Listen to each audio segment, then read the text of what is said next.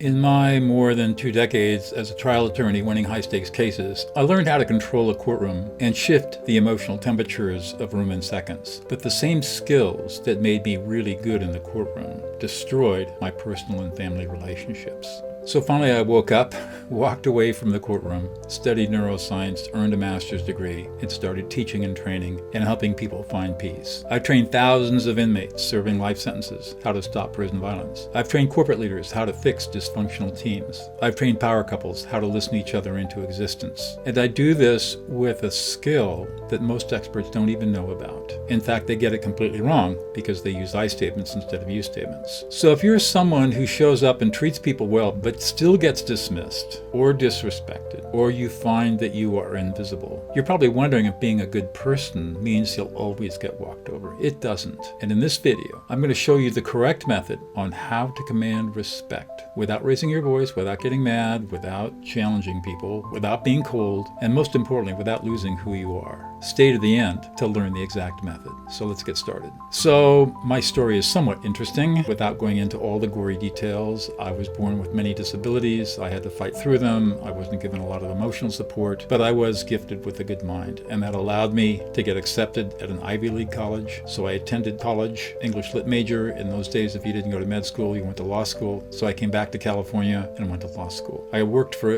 an appellate judge for a year and then was accepted as an associate in a mid-sized commercial litigation firm. 2 months after I joined the firm, I tried my first civil jury trial. 2 months after that, I was assisting a partner trying a case that involved defending a $36 million securities fraud case in federal court in San Diego, California. That's how my career started, and for the next 22 years, that's what I did. I tried cases. Jury trials, bench trials, arbitrations, federal court, state court, bankruptcy court, you name it, I did it. Complex, high-stakes cases, usually involving a lot of money, and so complex that most people didn't want to mess with it. So I was really good at commanding respect in the courtroom. But if I used those same techniques outside the courtroom, I turned people off really, really fast. And ultimately, I realized that being a trial lawyer was not my calling. That happened while I was cross-examining somebody in a trial in the late 1990s. I had the thought, what am I doing in here? And after that trial, I had a whitewater river trip planned with friends on the main salmon in Idaho, and I spent 10 days in my raft all by myself, powering through these big rapids, thinking about how many people I'd really served as a trial lawyer. And I could only count 5 people that I had really served. And I decided right then and there, not going to do this anymore. Had no idea what I was going to do. Well, of course, the universe provides. I was driving out of the mountains to my office when I got back from that trip, and I heard a public service announcement on our public radio station for a new master's degree in peacemaking and conflict studies. So I enrolled. And for 3 years, I was a full-time master's degree student, a part-time law professor, and a full-time trial lawyer. And ultimately made the decision that I had to leave the firm and become a peacemaker. So with 1 week's notice, leaving $10 million on the firm, I walked out and opened my own peacemaking and mediation practice. I didn't have a really good way of calming people down. I mean, like everybody else, I'd taken active listening training, nonviolent communication training, all kinds of different kinds of communications training from psychologists and therapists and communication experts. None of them taught me how to calm down an angry person until I had the insight in 2005. I was working with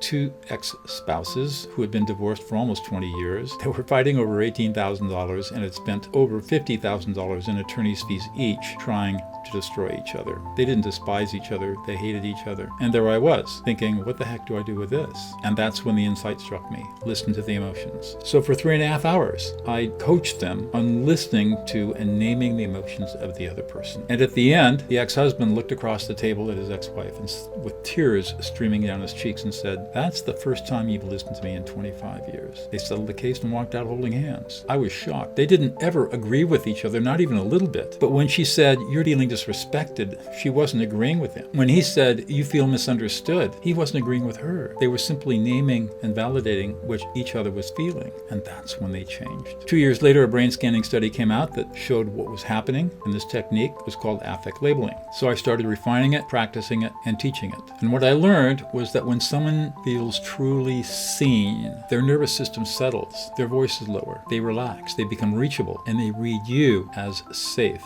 And that's where respect respect begins, not in volume, not in command authority, not in being cold, aloof, or arrogant, in recognition. Simply recognizing where people are at by listening to what they are feeling and naming those emotions. I call it listening someone into existence. Now, the difference between what I was doing as a trial lawyer and what I do today comes down to one shift. Stay with me and I'll show you exactly what it is. But real quick, if you're realizing that you've been doing some version of what I did, I put together a guide that talks about the 5 behaviors you might not realize you're doing that makes people disrespect you and the shift for each. It's completely free. The link's in the description. Just download it and it should enlighten you. So here's the secret. People don't respect you more when you push back harder. They actually respect you more when they feel seen and when you clearly see yourself. Every time I tried to force respect, I lost it. Every time I stopped forcing and started seeing people for who they really are, it showed up. We've been taught that respect comes from strength, from command authority, from being the person who doesn't back down, from having the sharpest, hardest response. This, of course, was the dominant belief of many of my incarcerated students coming out of violent gangs. And when they learned that there was a different way of being, that by listening to people, naming their emotions, they gained the respect that they so desperately wanted, they completely changed who they were as human beings. So respect doesn't come from dominance, it comes from presence. And when you're seeing people and you're naming what they're feeling, you're not being soft with them or weak. You're not agreeing with them, you're not fixing, you're just naming what's there. You're frustrated, you feel disrespected, you're really pissed off, you're angry. Just naming the emotions, that's it. When you do that, people stop defending, they stop posturing, they stop becoming reactive, because for the first time they feel like somebody really gets them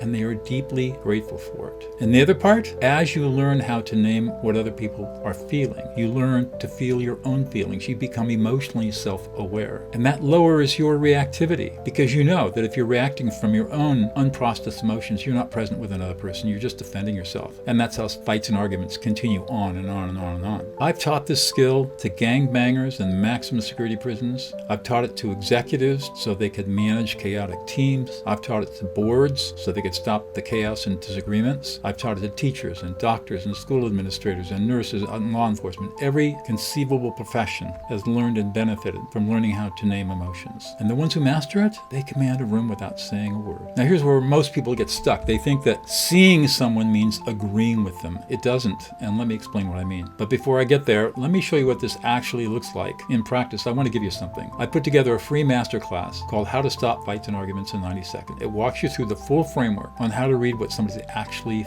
feeling, what to say, when to say it, how to say it, and do so under pressure without losing yourself. It's free. The link's in the description. So what does respect really look like? Well, here's what I do now. When someone challenges me, they dismiss me, they get in my face, I don't push back. I don't get reactive. I don't defend. I kind of laugh inside myself, really. But outside, I just stop and I see them, who they really are, what they're really feeling. And then I say something really simple like, you're frustrated. You feel like you're not being heard. You feel invisible. You feel disrespected. Simple, direct, no defensiveness. And almost immediately the tension drops. They stop attacking because I've done the one thing that most people never do. I've acknowledged what they're actually feeling. And here's what's interesting. When you do this, people don't see you as weak or soft, or able to be manipulated or a pushover. In fact, they see just the opposite. They see strength, because it takes real strength to stand into somebody's strong emotions and not fight back and not get reactive. But you can only do this if you know what you're feeling, if you can feel your own reactivity, your own triggers, and you're able to name your own feelings. That calms you, which then allows you to name the feelings of another person and calm